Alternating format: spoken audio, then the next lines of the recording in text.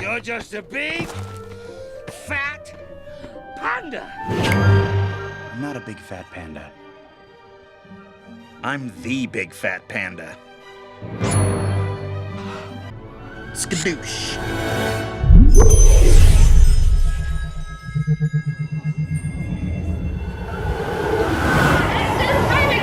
Fantastic! See you later, have fun. The heart as large as yours. It can only be Hufflepuff! Sounds like Hufflepuff, patience and willingness to help others. Does that sound like you? Fantastic, congratulations. Hiya! Hi, come on up. Have a seat. How are you? Very good. How are you? Oh, wonderful. So excited. Oh, you are excited. I waited for 2 hours. 2 hours? Yes. Oh, well, hopefully we can help you with the sorting hat today. Is there a specific house you might like? Hufflepuff all the way. Oh, is that your favorite house? Yes. Oh, okay. That's where I belong. Pottermore said it. Pottermore said it. Oh, I joined Pottermore too. I was obviously a Gryffindor. But, okay, where are you from? Michigan. Michigan. Oh, Yes. that's a lovely, lovely place. Thank you. Do you have any hobbies or anything? Reading the Harry Potter books 394 times. 394. Yes. Oh, okay. Well, let's see. We're going to put the sorting hat on your head. Are you ready? Yes. Okay. Very ready. Cunning. Shrewd. Let's see. Slytherin! Oh, it's Slytherin. No. Could you please do that over? It must be a mistake. No, I'm sorry. It's the hat said it was Slytherin. No, do it over. I'm sorry. Look at the sorting hat knows what's in your head. I don't care about the sorting hat. Slytherin! Security, we're gonna need a little help over here. Slytherin! Slytherin! Looks like the Slytherin is coming out. Slytherin! Slytherin! Looks like we got another one, guys. Hello and welcome to Big Fat Panda show number 32. Yes, I realize I am in need of therapy after that skit. Our guests this month are Dave Shute and Josh Humphrey. They wrote the Easy Guide to Your First Walt Disney World Visit. Great book. Let me thank my exclusive sponsor, David's Vacation Club Rentals at dvcrentals.com. When you get a chance, please go to dvcrentals.com. I'll talk more about them and the night videos that I am continuing in the series on their YouTube channel a little bit later. Universal Studios Florida held their annual Celebration of Harry Potter event. It seems that because the movies have died down, that the excitement around this event has sort of died down a little bit. Dave Parfit from Adventures by Daddy. If you've seen, sometimes I do a little bit of blogging for Adventures by Daddy. Dave Parfit surprised his daughters, Evie and Maggie, with a trip from, I think, somewhere up north, like New York, to come down to Florida and see the event.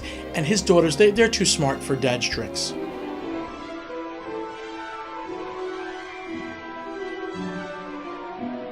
Maggie, Emmy, could you come down here for a second? Did you see what the cleaning people did with your animals? Oh no, they're like sitting here.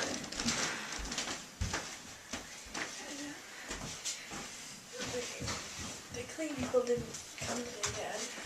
The cleaning people were here yesterday. I haven't been sitting here. What? So the cleaning people also went into our drawers and got our napkin rings out. We should have a word with them, I think. Why is this addressed to both me and Maggie? I don't know, what is it? So it's not what a Hogwarts letter looks like. It's not a Hogwarts letter. It says specifically yellow parchment green ink. Attendance is mandatory. I thought we got rid of the evil people at the Ministry of Magic. That's this weekend. Okay. Oh, that's why you had me take a picture of the fortune! That's your surprise. Yay! You knew! Fox doesn't deliver letters. What do you think you're doing? Killing magic!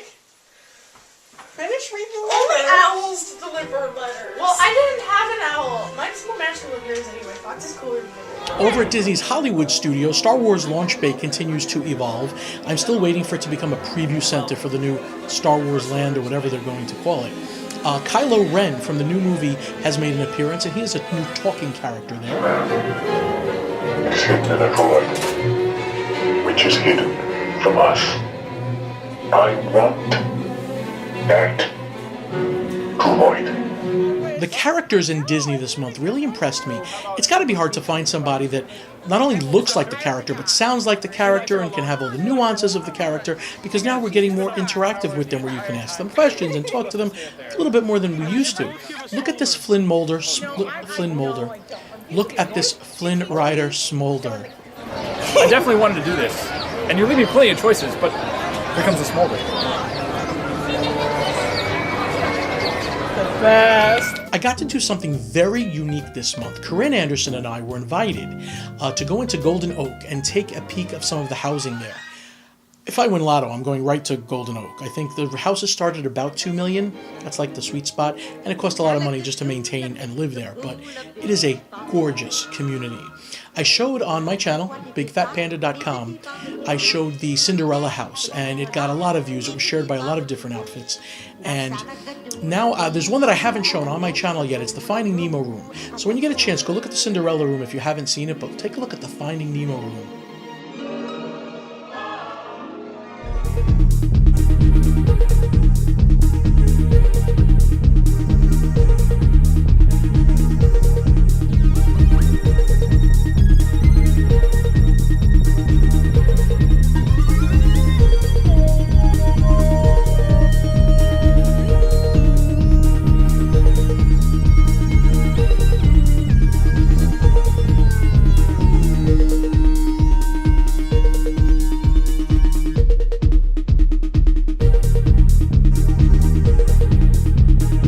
Basically get whatever room you want there. I mean, Golden Oak is just completely customizable. There's all Mickey accents and just hidden Mickeys throughout the homes, and what luxury homes. And I couldn't take any photos or video of the clubhouse.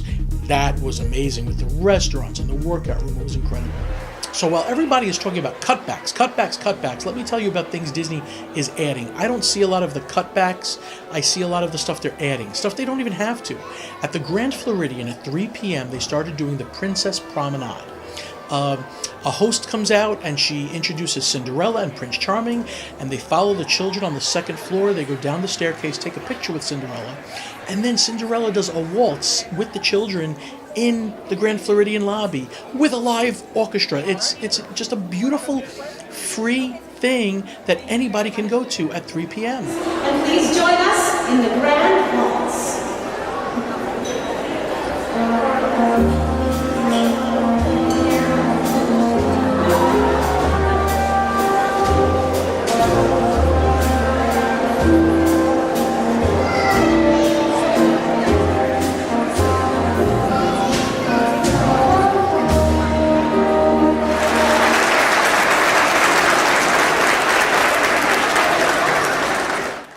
I really hope they continue that. I just love it. Over at Animal Kingdom, they are getting ready for the Rivers of Light to show soon. They are billing this as an epic nighttime show. They're building it up. It has to be epic now for me to say you've met my expectations, because they're showing me these drawings and these artist concepts, and they just look incredible.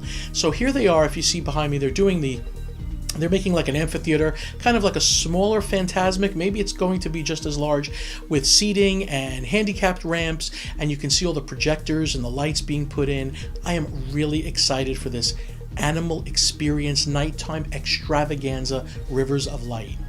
Also at the Animal Kingdom, they just started a scavenger hunt. It's adorable, it's cute, nothing big. It's not like what we have in the Kingdom in Adventureland with the animatronics and stuff. Simply, you get a map, you find the figures from Lion Guard. This is, I guess, I've never seen Lion Guard. I think it's a new cartoon or something, a new show on the Disney Channel. In any event, the kids know about it. So you take your picture with the statues when you find them, and then you go and turn them in, and you get this really nice free button that says you've completed the Lion Guard adventure. It's adorable. Kids are loving it. Myself, my friend Corinne Andersson, Matt Dobrovolsky, and Emma Leavitt went to the Art of Animation Landscape of Flavors to do a food review. It's not out yet. It should be out in a couple of days. I wasn't impressed. It was better, I thought, at one point. My soup was cold. The portions were all different. Some people ordered the same thing and got different portions. Have a quick peek of our soup issue. And the soup issues. I do feel like the soup Nazi from... right? Exactly. No soup for you. It was like, soup needs to be hot, okay? Not like lukewarm. It was a little issue. So, but otherwise it was really good. March 2nd starts Flower and Garden Festival over at Epcot. It's going to be beautiful. They already have a lot of the flower beds in place. I can show you some preview stuff. You want to see some preview stuff before it starts? Okay, but just remember, March 2nd, they start their Easter egg hunt, where you hunt around and find the characters, then you get this little Easter egg surprise thing. It's pretty cool. But here is a preview of Flower and Garden Festival starting on March 2nd.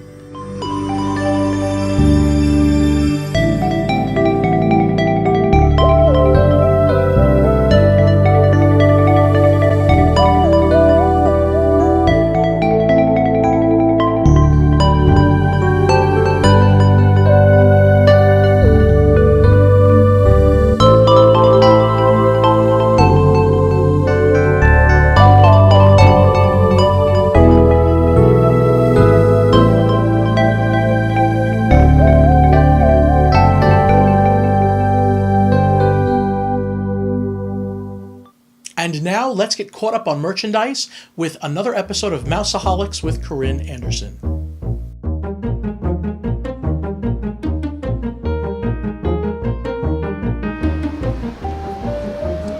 Hi everybody and welcome back to Mouse-A-Holic. My name is Corinne Andersson and today we're at Epcot and we're going to check out some of my favorite merchandise picks for the month, so come along.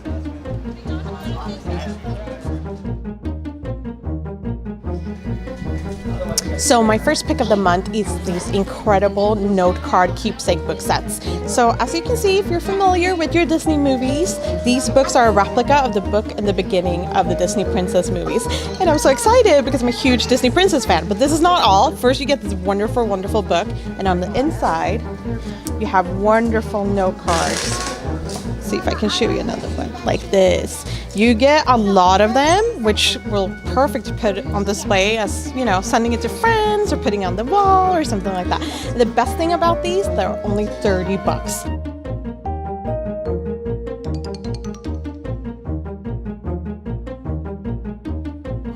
Mine. Mine. Mine. Mine. Mine. Mine. Mine. Mine. Mine. Mine. Mine. Mine. Mine. Mine. Mine. Thank you guys for doing that with me. So as you can see, Disney now has gotten a new kitchen collection that's featuring the Fab Five, and it's a complete collection full of mugs, salt and pepper shakers, cookie jars, shot glasses, and all your favorites. And look how cute these are. They're adorable. And my favorite part of the kitchen collection is this Mickey Mouse teapot. I mean, if you want to have a little tea party at your home, you definitely need this. It's the perfect accessory for any tea party. So that was all my favorite picks from this month. And if you want to see even more Disney merchandise, please visit Disney Lifestylers on Instagram and share some of your favorite picks. And come back next month to see even more. Bye! If you've watched previous shows, you know that I'm doing a series of night videos for my exclusive sponsor, David's Vacation Club Rentals at dvcrentals.com. What I did for them this time was Old Key West. Old Key West is definitely more quiet at night than, let's say, the Contemporary or the Grand Floridian, but there are still some very special things about the Old Key West that I really enjoy.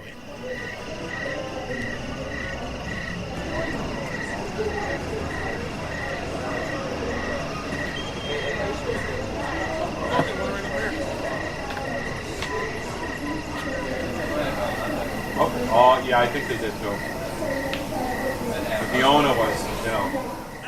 Now, to see these night series videos, you go to their YouTube channel. It's youtube.com/DVCRentals. It's basically their website name in their YouTube channel. youtube.com/DVCRentals. Please subscribe to them. They're the same way you subscribe to me at BigFatPanda.com. And before we get to our guest, let me mention Zootopia. I saw a preview of Zootopia with Jim Hill, our guest for next month. Awesome guy, Jim Hill Media. Zootopia was wonderful. I mean, Really wonderful. I can't wait till it opens to go see it. Great for adults and kids. The kids may not get the overall message of the film, which is fine because they'll still have fun with it, but you'll get the message. Make sure you go see Zootopia. And now let's get to our guests, Dave Shute and Josh Humphrey. Okay, we're here with Dave Shute. Hey, everybody. Who I did want to say Shute. And Josh Humphrey. And I asked you, and you did know, that the Humphrey was a character in Disney. A bear. Yes, yeah. I'm so glad you know, because nobody knows that, actually. Nobody knows those little things. Storybook Circus. Storybook Circus. And they wrote The Easy Guide to Your First Walt Disney World Visit. Really, honestly, an excellent book, and I'm not just saying that because they're here. It's a really comprehensive book. We're going to get into that more. I liked the foreword, just to know a little bit about their personalities. I will say Josh is kind of eclectic and really funny in person. I hope that comes across here in this interview, and if it doesn't, I'm really sorry, but I'm telling you, he's funny. In the foreword, Dave thanks his family like a normal person, and thank you, and Josh says, thank you for your support, if it wasn't for you, it would be a prison memoir. That was pretty funny. Well, it is Florida, so if you're not in Disney blogging, you're in jail. That's pretty much the truth. 2 options. There's only those 2 options. That's it. That's why there's so many of us. Today on the way here, they saw a lot of crazy activity. They were telling me. Your site, Dave, is yourfirstvisit.net. That's right. Yep. What made you start that? I thought that there was a lot of great material out there in books and on the web to help everybody going to Disney World, but not anything aimed specifically at first-time visitors. And I thought that would be a helpful thing to contribute to the community, is to make it easier for first-timers to understand and make great decisions. Do you know what? I actually never thought of that. You're right. Everything is, if people they assume everybody's been there already. There's a bit too much of that, yeah. Yeah, that's good. And you're semi-similar. Yours kind of is almost like a diary sometimes it reads. EasyWDW.com. Yeah, just 7 letters, 17 syllables, it turns out. EasyWaltDisneyWorld.com. All right, now when did you start this and what made you start that? I've run it for about 6 years. I was planning a trip and I didn't feel like there was a lot of serious information about really what was good about Disney World. A lot of it was like everything is amazing, everything is great. And if you're trying to decide where to stay, you're trying to decide where to eat, you have a 5-day trip, you can only go to 5 restaurants. If you tell me everything is fantastic, I can't use that. Right. I completely agree with that. I don't know if you've ever seen any of my food reviews. I do say when I was not very impressed with Morimoto, and everybody is. Josh isn't. Oh. We're on the same page. Okay, I thought my soup, which I never really had miso soup, but I thought it should be hot, and it wasn't. I'm like, if I'm going to pay that money, it's got to be hot. Boathouse I loved. Did you like that? Yeah. Okay. Yeah, we're the same guy. Good. What I love too is also there's a part in and this I had to ask you about, he writes on his thing, we're going to visit Hollywood Studios today, although I'm really not sure why. And I think that kind of comedy, it is great. I don't know if people tell you and you get enough feedback. No. It's very funny. Josh never gets enough feedback. Only complaints. Complaints are sometimes compliments. If they're complaining, they're reading it, so that's kind of good also. That's true. You know what, while we're on the topic of Hollywood Studios, what's going on? I mean, we know what's coming, but until that comes, is it really going to be that bad? I don't think so. I think what we've lost at the studios are things that weren't that popular to start with, or if they were popular, they didn't have that much capacity. What's great about the studios is Fantasmic, Tower of Terror, Star Tours, Toy Story Mania, Rock and Roller, and for some people, Indiana Jones, The Muppets, The Great Movie Ride. It's still a great park. I wonder how much stuff is still going, though, before we get I think The Muppets has to go just because of its location. Well, I don't know what Josh thinks. They're rebooting it. Or they have, since this is showing, they're actually rebooting the show. So apparently it's going in either, I don't know what direction, either it's getting more risque or less. I think Tuesday night it shows we'll know about that. So I'm hoping the Muppets stay in some capacity. I heard the Pizza Planet restaurant was becoming a Muppet thing. Do we know anything about that? I don't. Do you, Josh? It would make sense. There's no reason to have Toy Story on that side of the park if you're going to consolidate in Pixar Place Toy Story Land, I think. Now, somebody said Club Disney was also closing, which just opened. Well, it's designed as a seasonal thing, so if it's not been that popular, I feel like it's too far off to the side. They try to get signage up, but people aren't. If it was built near Disney Junior, I think it'd be more popular, but if you have 5-year-olds, you're maybe not going to Rock and Roller Coaster in the very corner of the park. Right. Anyway, so they've tried a few things. I agree with that. I did like the villain dinner that was in there, just so you know. All right, so first-time visitors. There probably are people that are watching that really have not been. And it's amazing to me how I'll see people, first-timers on forums and stuff, and they'll say, we have a fast pass for Mine Train at 3, and we'll be at Viennapoli at about 3:45. And it's like they have no clue. I'm a first-time visitor. Give me some of your tips that you would give a first-time visitor. I guess these days the most important tip is that planning ahead has never paid off more, and it's never been more costly to not plan ahead. If you don't have good FastPass Plus, then you're going to have a rough trip. And it used to be that even if you didn't know what you were doing, you could show up here and either catch on, or by pulling paper FastPass, you could do some things well. But now, if you show up and you don't know what you're doing, you're in trouble. You're spending a lot of money for something that's not going to be nearly as much fun if you just put a little time into planning it beforehand. It's not like just going to a hotel and that's it. There's a lot to it. Would you add anything to that? Well, on the dining front, our big tip is to eat where you are. Yeah. So if you're at Magic Kingdom, you want to eat at Magic Kingdom, which is tough because I write a lot of reviews at the resorts, like Sanaa is one of my favorite restaurants. But if you're going to Animal Kingdom for the first time, is your meal at Sanaa going to be better? Yes. Is it worth 2 hours of your 8-hour day? No. No. And I think another big tip, and there's a lot of pressure on first-time visitors to keep adding things. We need the dining plan. We need park hopper. We need the dessert party, because if we don't do this, and this, we're not going to have fun. And I think part of the book is that you don't need to do that. My opinion is, at least, that your first visit teaches you what you're going to want to do on your second visit. I completely agree with that. Yeah. One thing I loved from the book is you mentioned that necessarily hotel time is not necessarily wasted time. Tell me a little bit about that, because I don't know who put that part in the book, but do you remember what I'm talking about specifically? Absolutely. Give me a little bit about that, because I agree with that 100%. I don't even remember when we wrote this thing, because we kind of team wrote it, which is Josh would write a draft, I'd tear it apart, he'd fix it, or I'd write a draft, he'd tear it apart, and I'd fix it. So there's some things I don't remember anymore who wrote what first. But if you can't get there at 8:15 and keep running till 1 a.m. Right, I'm thinking of the Magic Kingdom. That's just going to kill you. It's no fun. Agree. And the next day is a horrible thing too. The next day is horrible because blistered. Right. This is not. It's not a marathon, right? It's a series of sprints, and one of the best ways to handle it is to take some time off in the afternoon, go back to your hotel, and just chill. If you're here with your family, hang with your family at the pool or at a restaurant or take a nap. People who have been here more than once totally get that, but first-timers. And this was a line from Josh, they're thinking, if I'm spending this much on tickets, I need to be spending all that time in the parks. And it's like, no, you're spending a bulk of money for a total experience, and you can just have a great time doing things other than standing in line. And it will actually make your park time better if you have some of that rest. I totally agree. I tell a lot of people, stop and smell the roses. Sometimes they micro-plan too much, where they know at 3 o'clock, Betty will be going to the bathroom. Stop it. You don't know what bathroom you're going to be at 3, please. In the book, you don't recommend the early magic hours and that park. And the reasoning why blew me away, and it's so true.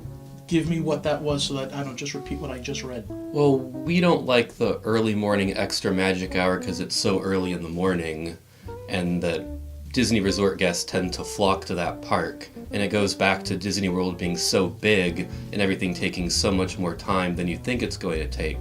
So you might think that the extra magic hour at Hollywood Studios is going to be fantastic, but that means getting up at 6:30 in the morning. It means with one bathroom, which you might not be expecting with 4 people trying to get ready. Then you have to be out at 7:15, 7:30, and then the bus takes longer to get there. It takes long. It picks up from a second resort.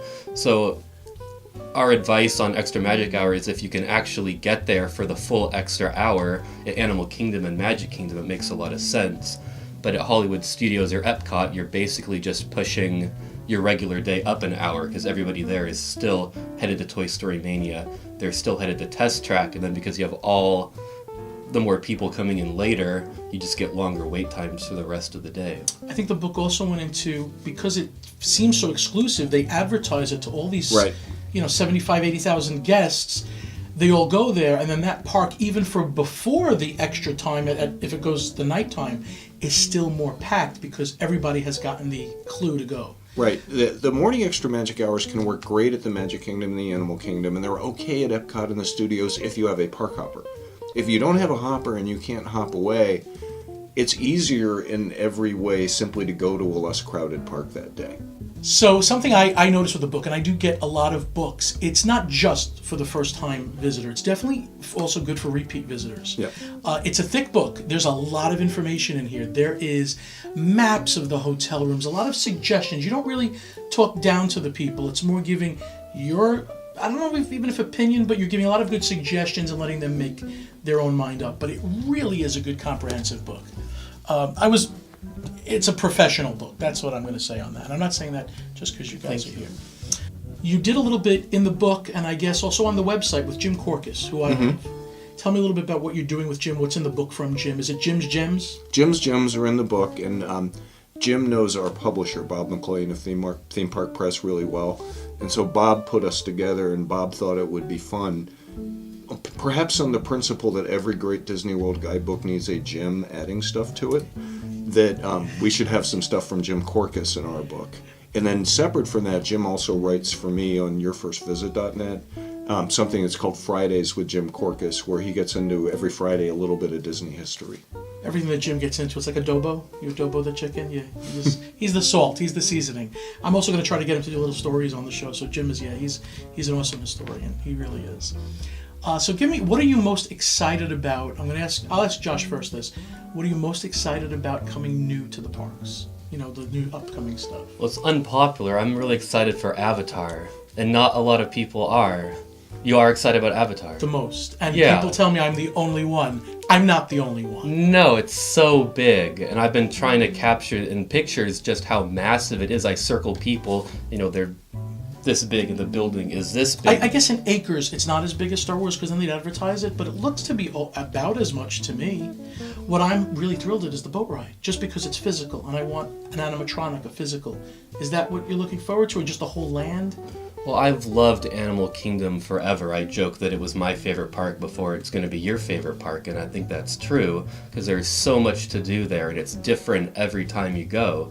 The safaris, and they're doing Rivers of Light, and the nighttime safari, and the light show on the Tree of Life. And it's so beautiful at night, and because they've had to close it at 6 o'clock, 7 o'clock in the summertime, so many people have never done Expedition Everest at night. They've never seen Kilimanjaro safaris at sunset. And I think it's going to blow people away. I cannot wait. They're not going to be able to believe it. That is the most exciting. I'm really the most excited for I'm saying Pandora now because I'm thinking, when I say Avatar Land, did I say Pandora? Pandora. Yeah. People think they're World of Avatar. All caps. So yes, I'm with you on that. I can't wait. Theme Park Press is where we can actually buy the book, but where else can we get it? It's on Amazon is the place where most people buy it from. Okay. It's available there in a paperback edition and in a Kindle edition. Okay. And then we also have this is especially meant for people overseas where it can be hard to get Amazon delivered in some cases. There's a PDF version as well. Awesome. But the best place is just go to Amazon. And where are all the places online that we can follow you yourself? Well, I'm often on Josh's site, so you can see me there. That's easyww.com, and then my site is yourfirstvisit.net, and both of us have Facebook pages and Twitter accounts. Okay, I'll put the correct spelling up there. On the Facebook, you're Dave Shute, Josh Humphrey, just like that? No. EasyWDW. Oh, okay. Yeah, Use the website. The websites. Okay. What about Twitter? Same. Yeah. At Your First Visit and at EasyWDW. I'm glad you got EasyWDW. It seems like it would be hard to get, so you got that on Twitter and website. That's great. EasyWDW. Still. It's so. No, it's not that. Easy Dubs. Panda. I hope this was worth your trip out. It's been a pleasure. Yes. Thank you. One day I'm going to visit you in a park. We're going to hang out. Yeah. And there you have it, show number 32. Thank you so much for following along. I hope you're looking forward to show number 33. That will be our guest, Jim Hill of Jim Hill Media. Jim seems to know about what's going on at Walt Disney World and Universal Studios before even they do. I don't understand how, but it just happens that way. Please remember, if you, a loved one, a family member or friend, are thinking of taking a trip to Walt Disney World, please look at my exclusive sponsor, David's Vacation Club Rentals at dvcrentals.com. You will not be sorry that you did. There is a price calculator right on their site. Put your dates in, the hotel that you would like, the resort that you would like, the type of room accommodations, and there is a complete price, no hidden fees or anything. You are renting points from a Disney Vacation Club member and saving a lot of money in the process and getting a deluxe Disney villa. A lot of people have used this and told me thank you. And don't forget about the prize this month. It's going to be the same thing every month. Panda shirts. We're going to do a guy and girls panda shirt. In order to be in the running for that panda shirt, make sure you're subscribed to bigfatpanda.com. Put a comment on this site, on this page here on YouTube, anything at all that you want to tell me, maybe something you want me to cover in the future, and just put a thumbs up on this video. You will be entered into the drawing for a panda shirt. I'll try to get photos from the people that won last month so we can put them on the show. That'd be pretty cool. Go forth. Create pandemonium, and above all, keep giving out those panda hugs. Thank you for giving them to me when you see me in the park and saying hello to me when you see me. I'm sure I'll see a lot more of you this month. We are going to have a great show again for you next month. Until next time, Panda out.